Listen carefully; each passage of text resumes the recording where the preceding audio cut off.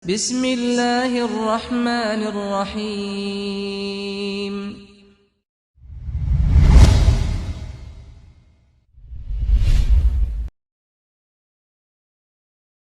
أعمالنا من يهده الله فلا مضل له ومن يضلل فلا هادي له أشهد أن لا إله إلا الله وحده لا شريك له وأشهد أن محمدا عبده ورسوله قال الله تبارك وتعالى في القرآن الكريم بعد أعوذ بالله من الشيطان الرجيم يا أيها الذين آمنوا اتقوا الله حق تقاته ولا تموتن إلا وأنتم مسلمون.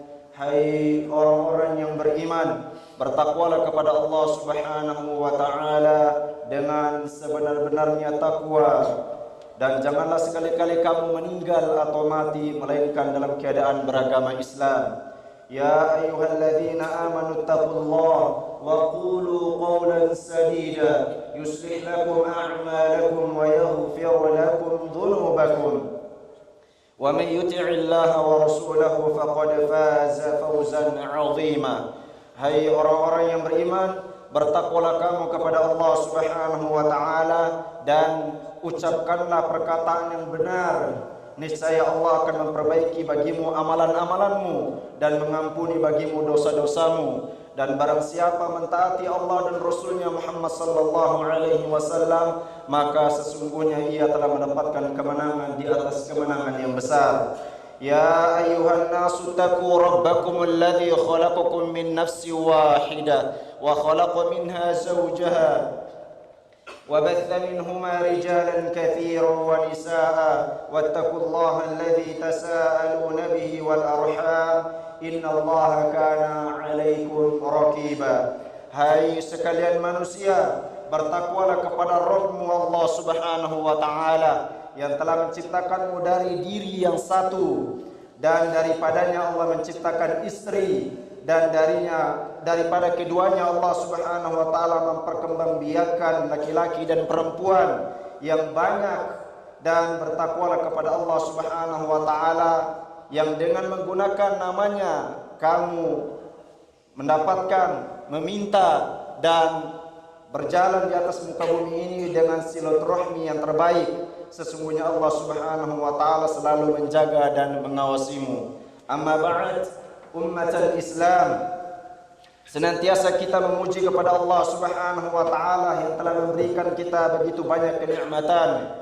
Sesungguhnya kenikmatan yang terbesar yang Allah Subhanahu wa taala karuniakan kepada kita atau telah Allah Subhanahu wa taala berikan kepada kita, yaitu kenikmatan Islam dan juga kenikmatan iman. Maka kewajiban kita selaku hamba yaitu untuk mensyukuri nikmat yang terbesar tersebut dengan cara terus beramal saleh dan menggali ilmu agama Allah Subhanahu wa taala yang telah diberikan kepada Rasulnya Muhammad sallallahu alaihi wasallam.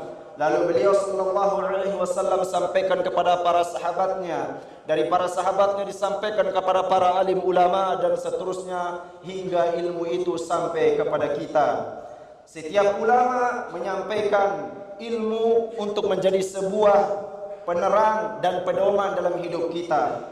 Di antaranya yang Allah Subhanahu wa taala jelaskan di dalam Al-Qur'an, dan seyogyanya kalimat ini atau ayat ini menjadi metode dalam kehidupan kita dan menjadi moto dalam kehidupan kita. Sebagaimana Allah Subhanahu wa taala berfirman, فَإِذَا فَرَغْتَ فَانصَبْ وَإِلَى رَبِّكَ فَارْغَب.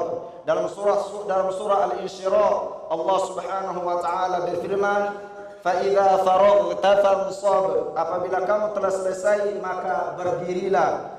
Menjadi pendapat para ulama, di mana para ulama tafsir ketika menafsirkan ayat ini terdapat dua kandungan atau dua cara untuk menafsirkan tentang ayat ini. Pendapat yang pertama mengatakan bahwa arti apabila kamu telah selesai melaksanakan urusan dunia, kamu berupaya mencari nafkah ataupun yang lainnya, maka berdirilah untuk akhiratmu, berdirilah untuk urusan-urusan akhiratmu. Segeralah kamu lakukan kehidupan urusan akhiratmu.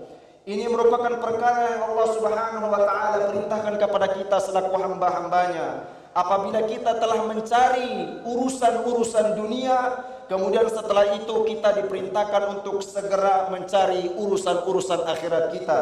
Sementara pendapat yang kedua dari pendapat para ulama ketika menafsirkan ayat ini mengatakan bahwa yang dimaksud ayat ini artinya apabila kamu telah selesai beribadah, maka segeralah kamu bersiap-siap menuju ibadah berikutnya. Karena kehidupan manusia tidak lepas dari ibadah dan ibadah. Apabila kita selesai melaksanakan sholat yang 5 waktu misalnya, maka segera kita berzikir kepada Allah Subhanahu wa taala. Setelah selesai berzikir, segera kita berpindah dari satu ibadah kepada ibadah yang lainnya. Setelah kita selesai dalam melaksanakan puasa di bulan Ramadan dalam sebulan penuh, segera kita pun melaksanakan puasa yang berikutnya, yaitu puasa Syawal. Dan amalan-amalan yang Syawal di dalamnya yang perlu kita perhatikan tentang keindahan pahala dan balasan dari Allah Subhanahu wa taala. Dan ini adalah pendapat kebanyakan para ulama tafsir. Dan dari dua pendapat tersebut sebetulnya tidak ada pertentangan satu sama lain. Karena orang yang mencari dunia tiada lain adalah untuk mencari kehidupan akhiratnya. Apabila ia telah niatkan karena Allah Subhanahu wa taala untuk mencari urusan-urusan akhiratnya. Seseorang yang mencari nafkah, kalau ia tujuannya adalah untuk mencari nafkah yang Allah Subhanahu wa taala wajibkan kepada dia untuk menafkahi kedua orang tuanya, untuk menafkahi istri dan anak-anaknya, maka itu menjadi pahala di sisi Allah Subhanahu wa taala. Seorang yang melakukan perbuatan yang sifatnya duniawi, apabila itu memang tujuannya karena Allah Subhanahu wa taala, di jalan Allah Subhanahu wa taala dan sesuai dengan syariatnya Allah Subhanahu wa taala, maka itu bernilai ibadah di sisi Allah Subhanahu wa taala. Manusia Allah Subhanahu wa taala ciptakan untuk ibadah. Maka kita berusaha untuk berpindah dari satu ibadah kepada ibadah berikutnya. Apabila kita telah selesai mencari nafkah dan berusaha mencari ibadah yang lainnya, yaitu dengan berusaha banyak berzikir kepada Allah Subhanahu wa taala dengan salat, dengan membaca Al-Qur'an dan amalan-amalan ibadah lainnya. Apabila kita telah selesai di bulan Ramadan yang bulan kemarin telah kita selesaikan, alhamdulillah, dengan karunia Allah Subhanahu wa taala segera kita bersiap-siap menuju ibadah-ibadah berikutnya, yaitu berpuasa di bulan Syawal. Kemudian setelah Syawal berikutnya kita akan kedatangan bulan-bulan haram, di mana terdapat 3 bulan berturut-turut, bulan Dzulhijjah, bulan Dzulqa'dah dan bulan Muharram. 3 bulan haram yang sangat mulia di sisi Allah Subhanahu wa taala, yang Allah Subhanahu wa taala perintahkan untuk kita perbanyak amalan-amalan ibadah di dalamnya. Umatul Islam, betapa indahnya seorang mukmin yang hidup dan tak lepas dari ibadah ketika ia telah selesai dari satu ibadah menuju ibadah-ibadah yang lainnya. Karena ibadah itu bukanlah sebatas kita hanya sholat 5 waktu, membaca Al-Quran, berzikir kepada Allah Subhanahu wa taala. Akan tetapi kata Syekhul Islam Ibnu Taimiyah rahimahullah mengatakan bahwa ibadah itu adalah ismun jami'un likulli ma yuhibbuhu Allah wa yardahu min al-aqwali wal a'mali adh-dhahirah wal batinah.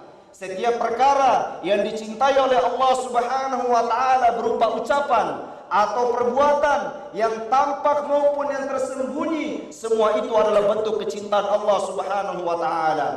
Anda berolahraga karena untuk melaksanakan hak badan Anda agar sehat, kemudian bisa beribadah dengan tenang, dan dengan kesehatan itu Anda bisa melakukan hal-hal yang tidak bisa dilakukan oleh orang-orang yang sakit. Dari ibadah itu lalu Allah Subhanahu wa taala cinta kepada Anda dengan karena olahraga tersebut memacu Anda untuk beribadah kepada Allah Subhanahu wa taala. Maka ya umatul Islam, inilah moto seorang mukmin. Seorang mukmin berusaha untuk menjadikan bagaimana waktu-waktunya bernilai ibadah di sisi Allah Subhanahu wa taala. Orang-orang barat mengatakan bahwa waktu adalah uang. Karena bagi mereka kehidupan itu hanyalah dunia. Mereka tidak meyakini adanya kehidupan setelah akhirat ini. Sementara kita orang-orang yang beriman kepada Allah Subhanahu wa taala mengatakan bahwa waktu itu adalah ibadah. Dia ingin berusaha setiap waktunya, setiap menitnya, setiap jamnya, dia bisa meraih pahala besar di sisi Allah Subhanahu wa taala. Maka ya umatul Islam, subhanallah, perbuatan ini hanyalah untuk orang-orang yang yakini di dalam dirinya, meyakini kebenaran kepada Allah Subhanahu wa taala, bahwa dia yakin setelah kehidupan dunia ini akan datang kehidupan akhirat. Sebagaimana Allah Subhanahu wa taala berfirman, wa ila rabbika farghab, dan kepada Rabbnya hendaklah kamu kembali. Dan hanya kepada Rabbnya hendaklah kamu berharap.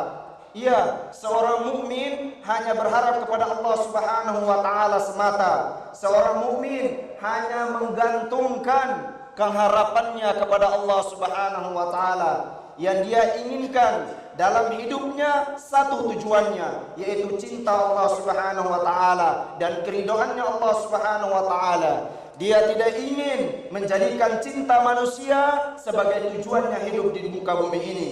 Karena manusia bisa berubah-ubah hatinya. Hari ini dia cinta, mungkin besok dia akan menjadi seorang pembenci. Sedangkan apabila Allah Subhanahu wa taala ketika telah mencintai suatu hamba, maka Allah Subhanahu wa taala menjadikan hati-hati hamba tersebut menjadi cinta, akan tumbuh di atas ibadah kepadanya. Sehingga pada waktunya tujuannya terbesarnya dalam kehidupan di dalam muka bumi ini tidak lain hanyalah untuk Allah Subhanahu wa taala semata.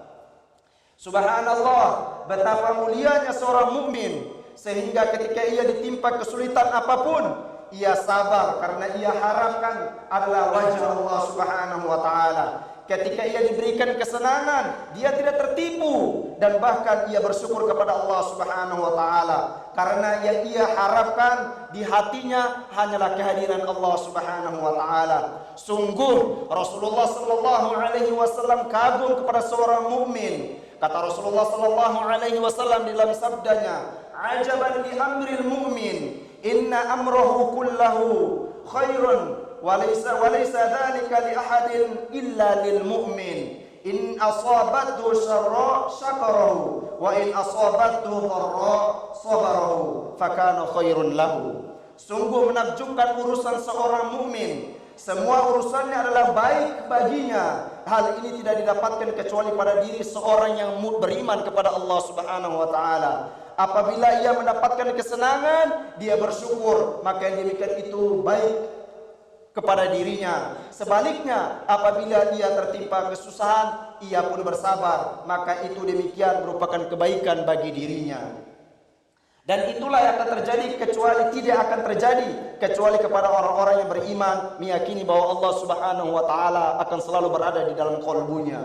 Umat Islam, ketika seorang yang di dalam hatinya hanya mengharapkan Allah Subhanahu wa taala dalam kehidupan akhiratnya, di saat itulah ia akan diberikan oleh Allah Subhanahu wa taala kemudahan untuk mengikuti Rasulullah sallallahu alaihi wasallam. Karena hanya orang-orang yang menginginkan Allah Subhanahu wa taala dalam kehidupan akhirat sajalah ia mampu menjadikan Rasulullah sallallahu alaihi wasallam sebagai suri tauladan dalam kehidupannya. Allah Subhanahu wa taala maktubkan di dalam firman-Nya, "Laqad kana lakum fi Rasulillahi uswatun hasanah." Sungguh telah ada pada diri Rasulullah sallallahu alaihi wasallam suri tauladan yang baik. Untuk siapa? Liman kana yarjullaha wal yawmal akhir. Bagi orang-orang yang mengharapkan Allah dalam kehidupan akhiratnya. Iya, seorang mukmin di dalam hatinya adalah harapannya adalah keridhaan Allah Subhanahu wa taala. Sebagaimana Allah Subhanahu wa taala menyebutkan di dalam ayat tadi yang kita singgung di ayat pertama, wa ila rabbika farghab, dan kepada Rabbnya hendaklah kamu berharap. Sehingga Allah Subhanahu wa taala berikan dia kekuatan untuk menjalankan perintah-perintahnya dan menjauhi larangan-larangannya. Sedangkan orang yang mengharapkan dunia, sesuatu yang terbesar di hatinya adalah dunianya saja. Jangan harap dia bisa menjalankan syariatnya Allah Subhanahu wa taala dengan baik. Jangan harap dia bisa menjadikan Rasulullah sallallahu alaihi wasallam sebagai suri tauladan dalam kehidupannya di muka bumi ini. Karena perintah-perintah Allah Subhanahu wa taala dan Rasulnya Muhammad sallallahu alaihi wasallam seringkali tidak sesuai dengan kepentingan urusan dunianya. Seringkali batasan-batasan Allah Subhanahu wa taala membuat seseorang menginginkan dunia itu seakan-akan itu adalah penjara bagi dia. Sehingga akhirnya berapa banyak orang-orang yang mengharapkan dunia, di mana dunia menjadi sesuatu yang terbesar di dalam hatinya. Ia menghalalkan apa yang telah Allah Subhanahu wa taala haramkan untuknya. Ia tidak peduli lagi tentang halal dan haramnya Allah Subhanahu wa taala. Sebagaimana Rasulullah sallallahu alaihi wasallam bersabda dan menggambarkan bagaimana Allah Subhanahu wa taala menjelaskan mereka ini dalam hadis Rasulullah sallallahu alaihi wasallam. La ya'tiyanna 'alan nasi zamanun la yubalul mar'u bima akhadha al-mal amin halalin amin haramin. Akan datang suatu zaman pada umat manusia, mereka tidak lagi peduli dengan cara untuk mendapatkan harta mereka, tidak peduli lagi dengan cara apa mereka mendapatkan harta mereka, apakah dengan cara yang halal ataukah dengan cara yang haram. Na'udzubillahi min dzalik. Karena di saat itu yang mereka harapkan adalah dunia saja, tidak mengharapkan lagi karunia dari Allah Subhanahu wa taala, tidak mengharapkan lagi keridhaannya Allah Subhanahu wa taala, bahkan mereka tidak mengharapkan lagi kehidupan akhirat. Na'udzubillahi min dzalik. Ummatal Islam, maka jadilah kita anak-anak akhirat dan janganlah kita menjadi anak-anak dunia. Sahabat Ali bin Abi Thalib berkata bahwa sesungguhnya akhirat itu pasti akan datang. Dunia itu pasti akan pergi dan setiap mereka mempunyai anak-anaknya. Fakunu min abna'il akhirah wa la takunu min abna'id dunya. Maka hendaklah kamu menjadi anak-anak akhirat dan janganlah kamu menjadi anak-anak dunia. Dan kita berharap kepada Allah Subhanahu wa taala melalui perkataannya sahabat Ali bin Abi Thalib ini agar sekiranya Allah Subhanahu wa taala membantu kita dalam istiqamah beribadah kepadanya dan Allah Subhanahu wa taala tanamkan di dalam dada-dada kita bahwa kita adalah pejuang-pejuang urusan akhirat kita dan jangan Allah Subhanahu wa taala jadikan kita sebagai pejuang-pejuang dunia kita. Aqulu qouli hadza wa astaghfirullah li wa lakum wa lisairil muslimina wastaghfiruhu innahu huwal ghafurur rahim.